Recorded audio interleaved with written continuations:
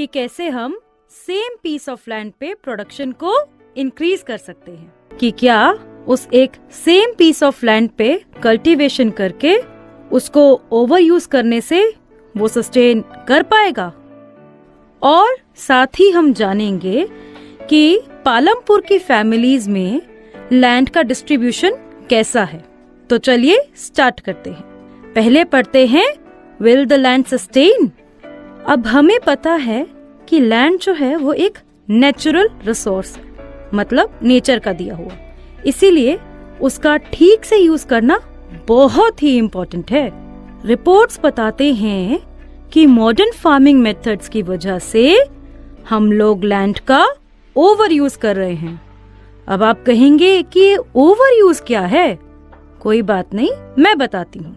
इसका मतलब ये है कि पहले एक पीस ऑफ लैंड पे जहाँ 5 इंसान लायक क्रॉप प्रोड्यूस होता था, अब वहाँ 10 इंसान लायक खाना प्रोड्यूस हो रहा है। तो ये कैसे हो रहा है? ये हो रहा है एक मेथड की वजह से। तो वो क्या मेथड है? याद कीजिए, सोचिए जरा। वेरी गुड, वो है मॉडर्न फार्मिंग मेथड। ये यूज करने की वजह से ही हमारा जो लैंड है उस पे अब ज्यादा प्रोडक्शन हो रहा है, और यही है एक लैंड का ओवर यूज। मतलब कि उस सेम पीस ऑफ लैंड पे हमने प्रोडक्शन ज्यादा कर दी है, तो ये हो गया लैंड का ओवर यूज। अब इसका असर क्या हुआ, मतलब कि क्या इफेक्ट पड़ा? तो इसका ये असर था कि जो सॉइल की फर्टिलिटी है ना, वो खत्म हो रही है। अब वो क्यों खत्म हो रही है? वो इसीलिए खत्म हो रही है क्योंकि केमिकल फर्टिलाइजर्स का यूज ज्यादा हो रहा है। काफी एरियाज में ग्रीन रेवोल्यूशन को सॉइल फर्टिलिटी के लॉस के साथ एसोसिएट किया जा रहा है। मतलब ये कि जब ग्रीन रेवोल्यूशन इंट्रोड्यूस हुआ था, उसमें हमें नए नए मेथड बताए थे फार्मिंग के। ठीक है, क्या क्या था उसमें? उसमें था HYV सीड्स यूज करना, केमिकल फर्टिलाइजर यूज करना, pesticides, electric current tube wells, है ना। तो हम लोग अब ज्यादा केमिकल फर्टिलाइजर्स को यूज कर रहे हैं। अब ये यूज करने से क्या हो रहा है? हमारी जो सॉइल है उसकी फर्टिलिटी कम हो रही है। अब आपको तो पता ही है ना कि ज्यादा केमिकल अच्छे नहीं होते हैं, इसीलिए जो सॉइल फर्टिलिटी है उसका लॉस हो रहा है। और तो और ट्यूबवेल इरिगेशन के लिए ग्राउंड वाटर कंटिन्यूअसली यूज कर रहे हैं। जो हमारा ग्राउंड वाटर टेबल है ना, वो कम हो रहा है। ग्राउंड वाटर टेबल मतलब ग्राउंड की सरफेस के नीचे वो लेवल जहां वाटर मिलता है।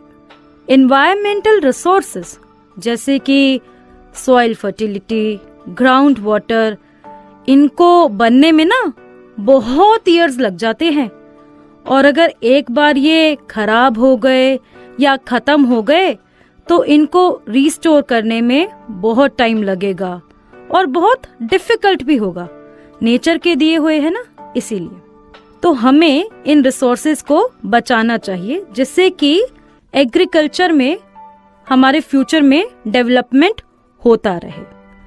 आइए अब पढ़ते हैं एक रिपोर्ट इसी इशू पे। रिपोर्ट के according chemical fertilisers mineral provide करते हैं जो कि पानी में डिसॉल्व होते हैं और इमीडिएटली प्लांट को अवेलेबल हो जाते हैं। ये मिनरल्स सॉइल में ज्यादा टाइम तक नहीं रहते हैं, वो सॉइल में से ना पानी के साथ बहकर ग्राउंड वाटर, लेक, इन सब में चले जाते हैं और फिर क्या करते हैं, उनको पॉल्यूट करते हैं, मतलब गंदा कर देते हैं।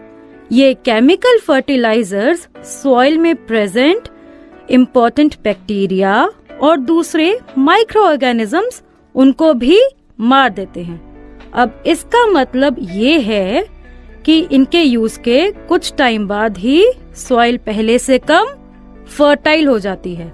जो इम्पोर्टेंट मिनरल्स थे, इम्पोर्टेंट बैक्टीरियाज थे, वो तो मार दिए गए। अब क्या होगा? अब फर्टिलिटी खत्म ही होगी ना।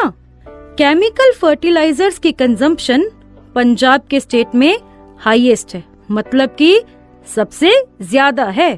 केमिकल फर्टिलाइजर्स के लगातार यूज से जो सॉइल है उसकी हेल्थ डिग्रेड हो रही है, मतलब खराब हो रही है। इसी वजह से पंजाब के फार्मर्स मजबूर हैं कि वो और ज्यादा क्वांटिटी में केमिकल फर्टिलाइजर्स और दूसरे इनपुट मेथड यूज करें प्रोडक्शन लेवल सेम लाने के लिए। उनका जो प्रोडक्शन लेवल है ना क्रॉप का, वो सेम रहना चाहिए, कम नहीं होना चाहिए, क्योंकि अगर कम हो जाएगा तो उनको लॉस होगा।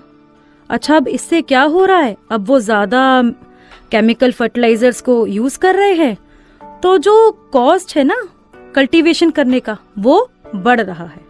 अब बताओ जरा कि केमिकल फर्टिलाइजर्स यूज करने की वजह से क्या क्या नुकसान हो रहा है हमारे एनवायरनमेंट को। अभी पढ़ा था हमने, बताओ क्या है? बिल्कुल सही, केमिकल फर्टिलाइजर्स ज्यादा यूज करने की वजह से हमारी जो सॉइल है उसकी फर्टिलिटी कम हो रही है। और क्या हो रहा है बताइए, सोचिए। बिल्कुल सही, जो हमारा ग्राउंड वाटर लेवल है वो पॉल्यूट हो रहा है। क्यों? क्योंकि उसमें केमिकल्स जा रहे हैं। केमिकल वाली चीजें आप खा पी सकते हो? नहीं ना, बिल्कुल। इसीलिए हमें क्या करना चाहिए? हमें अपने एनवायरनमेंट का ध्यान रखना चाहिए कि वो पॉल्यूट ना हो और उसका लेवल कम नहीं होना चाहिए। तो हमने जो भी रिपोर्ट पढ़ी उससे हमें क्या समझ में आया? हमें ये समझ में आया कि केमिकल फर्टिलाइजर्स ज्यादा यूज होने की वजह से ग्राउंड वाटर पॉल्यूट हो रहा है और सॉइल की हेल्थ भी खराब हो रही है। अब वो पहले के कंपैरिजन में कम फर्टाइल है। अब क्योंकि सॉइल की फर्टिलिटी कम है तो फार्मर्स को क्या करना पड़ रहा है? उनको ज्यादा क्वांटिटी में केमिकल फर्टिलाइजर्स को यूज करना पड़ रहा है। अच्छा, वो केमिकल फर्टिलाइजर्स ज्यादा यूज कर रहे हैं तो इससे क्या हो रहा है? इससे उनकी कल्टीवेशन का जो कॉस्ट है वो इंक्रीज हो रहा है या डिक्रीज हो रहा है? बताइए। इंक्रीज हो रहा है, बिल्कुल सही, शाबाश। और हमारी जो एनवायरनमेंट है उसका भी क्या हो रहा है? लॉस हो रहा है कि प्रॉफिट? क्या हो रहा है? लॉस हो रहा है, बिल्कुल सही। आइए अब एक रिकैप करते हैं। तो हमने पढ़ा कि लैंड एक नेचुरल रिसोर्स है, तो इसको हमें केयरफुली यूज करना, अच्छे से यूज करना बहुत इम्पोर्टेंट है। मॉडर्न फार्मिंग मेथड्स की वजह से लैंड का ओवर यूज हो रहा है। काफी एरियाज में ग्रीन रेवोल्यूशन सॉइल फर्टिलिटी के लॉस से लिंक्ड है। ग्राउंड वाटर भी कंटिन्यूअसली यूज हो रहा है ट्यूबवेल इरिगेशन के लिए, जिससे वाटर टेबल कम हो गया है, मतलब डिप्लीट हो गया है। ये इन्वायरमेंटल रिसोर्सेज जैसे कि सॉइल फर्टिलिटी, वाटर टेबल, इनको बनने में ईयर्स लग जाते हैं, यानी कि बहुत साल लग जाते हैं। इसलिए इनको केयरफुली यूज करना बहुत जरूरी है, जिससे कि हमारा जो एग्रीकल्चर है उसका डेवलपमेंट हो सके फ्यूचर में। कि कैसे हम केमिकल फर्टिलाइजर्स को यूज करके अपने लैंड को ओवर यूज कर रहे हैं। How is land distributed between the farmers of Palampur, मतलब कि ये जो लैंड है ये पालमपुर के फार्मर्स के बीच में कैसे डिस्ट्रीब्यूट हो रखा है। तो फ्रेंड्स, अब तक हमें ये तो पता चल ही गया है कि जो लैंड है वो फार्मिंग के लिए बहुत ही जरूरी होता है। अनफॉर्चुनेटली सबके पास सफिशिएंट लैंड डिस्ट्रीब्यूटेड नहीं है कल्टीवेशन के लिए। चलिए पालमपुर की बात करते हैं। पालमपुर में ना 450 फैमिलीज हैं, ठीक है। और इसका 1/3 मतलब कि 150 फैमिलीज जो हैं, जिसमें मोस्टली शेड्यूल कास्ट, जिनको हम एससीज बोलते हैं, वो हैं।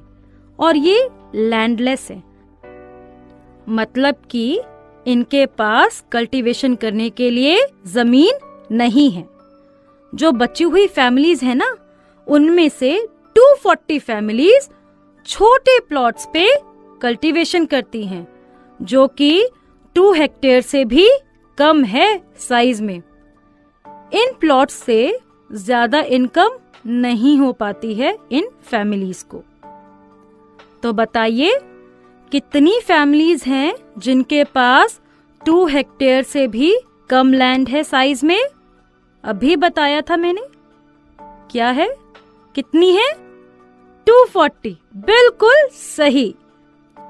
फ्रेंड्स, आप कभी किसी विलेज में गए हो? अगर आप वहां पे गए होंगे तो आप ये देखोगे कि बहुत सारे छोटे छोटे प्लॉट्स हैं विलेजेस में। ये जो प्लॉट्स है ना, ये छोटे फार्मर कल्टीवेट करते हैं। एक साइड तो हमें ये छोटे छोटे प्लॉट्स दिखाई देते हैं और दूसरी ही साइड विलेज का आधे से ज्यादा एरिया उन प्लॉट्स से कवर्ड है जो साइज में काफी बड़े हैं। पालमपुर में मीडियम और लार्ज फार्मर्स की 60 फैमिलीज हैं। कितनी फैमिलीज हैं? 60 फैमिलीज, जो 2 हेक्टेयर से ज्यादा लैंड पे कल्टीवेशन करती हैं। और कुछ लार्ज फार्मर्स के पास 10 हेक्टेयर से भी ज्यादा लैंड है। देखा आपने कितना अनइवन डिस्ट्रीब्यूशन है। 1960 में गोविंद नाम का एक फार्मर था। उसके पास 2.25 हेक्टेयर का अनइरिगेटेड लैंड था, मतलब कि उस पे खेती बाड़ी नहीं होती थी। अपने 3 बेटों की हेल्प से उसने अपना लैंड कल्टीवेट किया। वो लोग कंफर्टेबली तो नहीं रहते थे, पर उनकी फैमिली के पास थोड़ी सी एक्स्ट्रा इनकम आ जाती थी बफेलो की हेल्प से। अब वो कैसे आती थी? वो लोग उस बफेलो का मिल्क सेल कर देते थे, मतलब बेचते थे। गोविंद की डेथ के कुछ इयर्स बाद उसका 2.25 हेक्टेयर का लैंड उसके 3 बेटों में डिवाइड हुआ। हर एक के हिस्से में 0.75 हेक्टेयर साइज का लैंड आया। अब ये लैंड का साइज कम हो गया। अब क्योंकि उनके लैंड का साइज कम हो गया, तो जो प्रोडक्शन थी ना क्रॉप की, वो भी कम हो गई। अब क्योंकि प्रोडक्शन कम हो गई, तो इसकी वजह से गोविंद के बेटे अपनी इनकम को नहीं बना पाए। उन्होंने इरिगेशन के इम्प्रूव्ड मेथड यूज किए और मॉडर्न फार्मिंग मेथड भी यूज किए, लेकिन फिर भी कुछ फायदा नहीं हुआ। उनको अपनी रोजी रोटी के लिए ना फिर भी एडिशनल काम तो ढूंढना ही पड़ता था बाकी के बचे हुए साल में। बाकी का बचा हुआ साल मतलब वो टाइम जब खेती बाड़ी नहीं होती है। देखा ना आपने कम लैंड होने से कैसे उनकी इनकम पे इफेक्ट पड़ा। चलिए लेते हैं एक रीकैप। तो हमने पढ़ा कि कैसे पालमपुर विलेज में लैंड के डिस्ट्रीब्यूशन काफी अनइवन है। 450 फैमिलीज में से 1/3 यानी कि 150 फैमिलीज, जिनमें ज्यादातर एससीज हैं, बिना लैंड के हैं, मतलब कि उनके पास कल्टीवेशन करने के लिए कोई प्लॉट नहीं है। 240 फैमिलीज स्मॉल प्लॉट्स को कल्टीवेट करती हैं, जो कि 2 हेक्टेयर से भी कम है। इससे उन फैमिलीज को ज्यादा इनकम नहीं मिल पाती है। सिर्फ 60 फैमिलीज हैं मीडियम और लार्ज फार्मर्स की, जो 2 हेक्टेयर से ज्यादा लैंड पे कल्टीवेशन को करती हैं।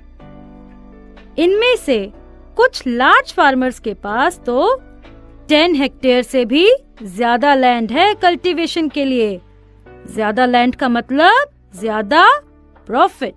कि कैसे लैंड डिवाइडेड है पालमपुर की फैमिलीज में, कौन इस लैंड पे काम करेगा, यानी कि who will provide the labour.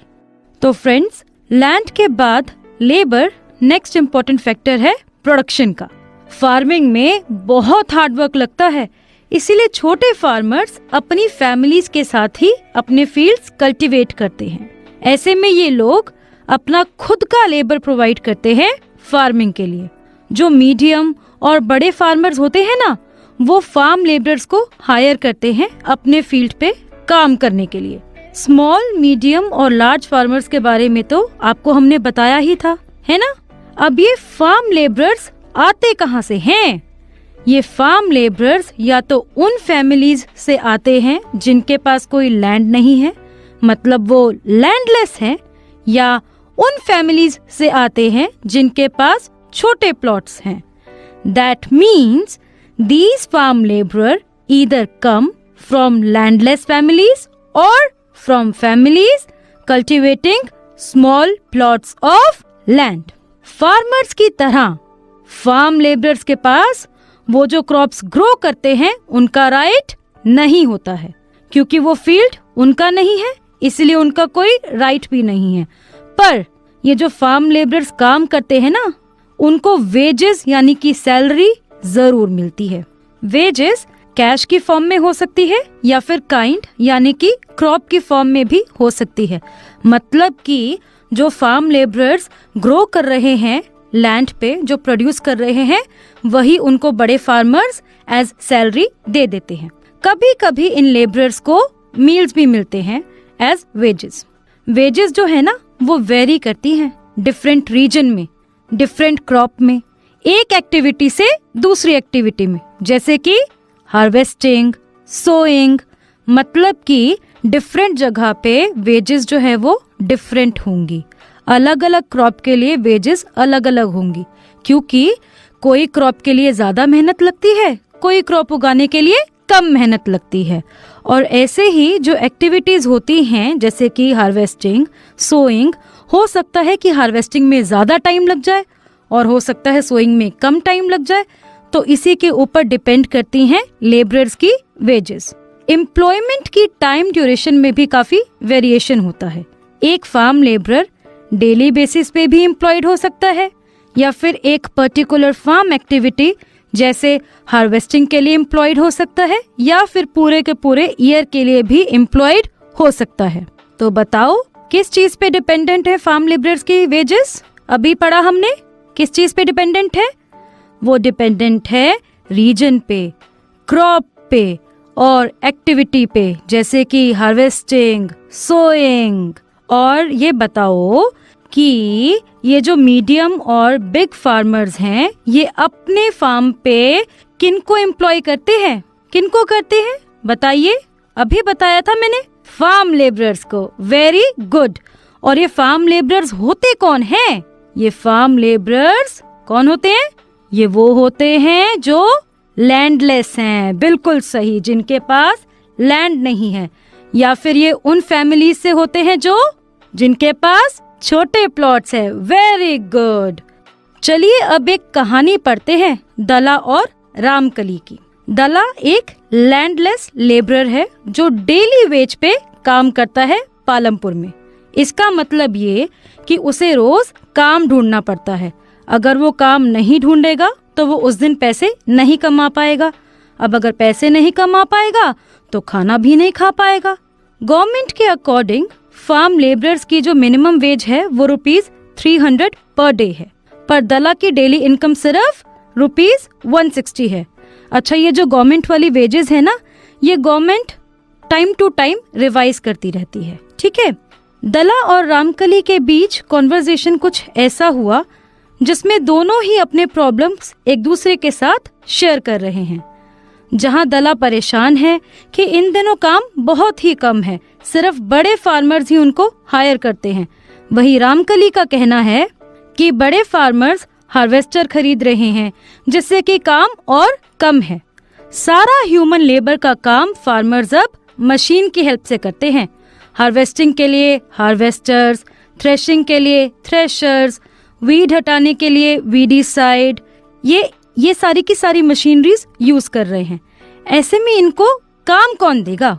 दला ने तो 2000 रुपीज भी मनी लेंडर से लोन ले रखा है, जो कि इसने लास्ट ईयर बोरो करा था जब कोई काम नहीं था। अब ऐसे में ये लोग क्या करेंगे? रामकली तो ब्रिक मेकिंग यूनिट, जो कि रायगंज में है, वहाँ काम ढूंढेगी। दला तो अपने लिए 2 टाइम का मील ही बहुत मुश्किल से कमा पाता है। अब वो लोन कैसे रीपे करेगा? रामकली की भी सिचुएशन कुछ अच्छी नहीं है। पुराने कर्ज की वजह से उसे न्यू लोन नहीं मिल रहा है। इससे हमें क्या समझ में आता है? इससे हमें ये समझ आ रहा है कि ये जो फार्म लेबरर्स है, इनमें बहुत कंपटीशन है काम को लेकर, और यही रीजन है कि ये लोग कम पैसों में भी काम करने के लिए तैयार हो जाते हैं। हमने अब तक क्या पढ़ा, क्या समझा हमने इस सिचुएशन से? हमने इससे ये समझा कि जो बड़े फार्मर्स हैं, अब वो ट्रैक्टर, थ्रेशर जैसी मशीन्स को यूज कर रहे हैं, तो उनको ह्यूमन लेबर की रिक्वायरमेंट भी कम है। अब क्योंकि काम कम है और लोग ज्यादा हैं, तो उनमें कंपटीशन बहुत है काम को लेकर। इसीलिए मजबूरी में ये लोग कम वेजेस पे भी काम करने के लिए रेडी हो जाते हैं। इसके अलावा जो फार्मर्स हैं, वो मोस्टली इलिटरेट होते हैं और उनको गवर्नमेंट की सेट की हुई मिनिमम वेजेस के बारे में भी नहीं पता है। इसलिए भी वो कम वेजेस पे काम करने को रेडी हो जाते हैं। और जो बड़े फार्मर्स होते हैं ना, मोस्ट ऑफ देम अपने प्रॉफिट और ज्यादा मनी अर्न करने के बारे में ही सोचते हैं। इसीलिए वो लोग क्या करते हैं, इन लेबरर्स को कम वेजेस पे ही हायर कर लेते हैं। अब बताइए, रामकली और दला क्यों पुअर हैं? बताइए। अभी हमने पूरी की पूरी सिचुएशन उनकी डिस्कस करी है। सोचिए, चलिए हम डिस्कस करते हैं। वो पुअर इसीलिए हैं क्योंकि नई टेक्नोलॉजी आने से उनके लिए काम जो है वो कम हो गया है। क्योंकि मशीन्स यूज हो रही हैं, तो ह्यूमन लेबर की रिक्वायरमेंट जो है वो कम है। अब इंसानों का काम मशीन कर रही है। काम कम होने की वजह से उनमें कंपटीशन बहुत है, तो वो लोग क्या करते हैं, कम वेजेस पे भी काम करने के लिए रेडी हो जाते हैं। इसीलिए ही वो लोग पुअर हैं। उन्हें लगता है कि भूखे रहने से तो अच्छा है, कुछ तो आएगा। अभी हमने देखा कि कुछ लेबर पुअर है, उनकी नीड्स पूरी नहीं हो रही हैं, तो ऐसे में वो लोग क्या करते हैं, वो लोग है ना माइग्रेट करते हैं, मतलब कि एक जगह से दूसरी जगह शिफ्ट हो जाते हैं। तो मोस्टली आजकल क्या हो रहा है, लोग काम की तलाश में विलेजेस से शहरों की तरफ माइग्रेट कर रहे हैं काम ढूंढने के लिए। आइए इसको एक एग्जाम्पल से समझते हैं। गोसाईपुर और मजोली 2 विलेजेस हैं नॉर्थ बिहार में। इन दोनों विलेजेस में 850 फैमिलीज हैं। उसमें से 250 मेन पंजाब, हरियाणा, दिल्ली, मुंबई, सूरत, हैदराबाद या नागपुर में एम्प्लॉयड हैं। ये लोग क्यों माइग्रेट कर रहे हैं? अभी मैंने आपको रीजन समझाया, बताइए क्यों माइग्रेट कर रहे हैं ये लोग माइग्रेट कर रहे हैं काम ढूंढने के लिए, क्योंकि विलेजेस में एम्प्लॉयमेंट की अपॉर्चुनिटीज जो है वो बहुत ही कम है। अच्छा, अब आप ये बता सकते हो कि ये जो गोसाईपुर और मजोली के लोग हैं, वहाँ पे काम क्या करते होंगे? सोचिए, अपने आसपास देखिए, आपको जवाब मिल जाएगा। बिल्कुल सही, ये लोग वहाँ पे vegetable vendor, rickshaw puller, salesman, factory worker, ये सब काम करते हैं। चलिए फ्रेंड्स, एक रिकैप लेते हैं। तो हमने पढ़ा कि लेबर इम्पोर्टेंट फैक्टर है प्रोडक्शन में लैंड के बाद। छोटे फार्मर्स अपनी फैमिली के साथ ही अपने फील्ड्स में काम करते हैं। मीडियम और बड़े फार्मर्स फार्म लेबरर्स को हायर करते हैं। ये फार्म लेबरर्स वो होते हैं जो लैंडलेस हैं या फिर छोटे प्लॉट पे कल्टीवेशन करते हैं। इन फार्मर्स का राइट नहीं होता है प्लॉट के ऊपर, क्योंकि ये उनके है ही नहीं। पर वो जो काम करते हैं ना इन फील्ड्स पे, इसकी वेजेस उनको जरूर दी जाती हैं, और ये वेजेस वो फार्मर्स देते हैं जो इनको हायर करते हैं अपने फील्ड पे काम करने के लिए। ये जो वेजेस हैं, ये डिपेंड करती हैं जगह पे, क्रॉप पे, एक फार्म एक्टिविटी से दूसरे फार्म एक्टिविटी पे। फार्म लेबरर्स डेली बेसिस पे भी एम्प्लॉयड हो सकते हैं, हार्वेस्टिंग सीजन के लिए भी हो सकते हैं, या फिर पूरे साल के लिए भी एम्प्लॉयड हो सकते हैं।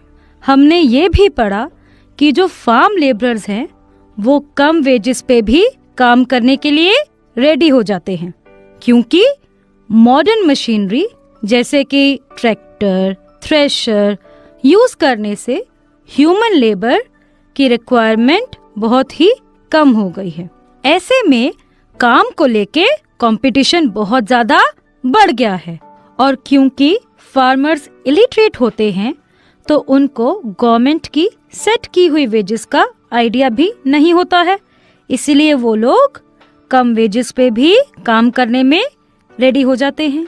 और मोस्टली बड़े फार्मर्स अपना प्रॉफिट देखते हैं, इसीलिए वो क्या करते हैं, इन फार्मर्स की मजबूरी का फायदा उठाते हैं और उनको कम वेजेस पे हायर कर लेते हैं। फार्मिंग के लिए लेबर कौन प्रोवाइड करता है? क्या कैपिटल चाहिए होती है फार्मिंग के लिए? और सरप्लस फार्म प्रोडक्ट्स की सेल कैसे होती है? हम इसमें क्या करते हैं? तो फ्रेंड्स,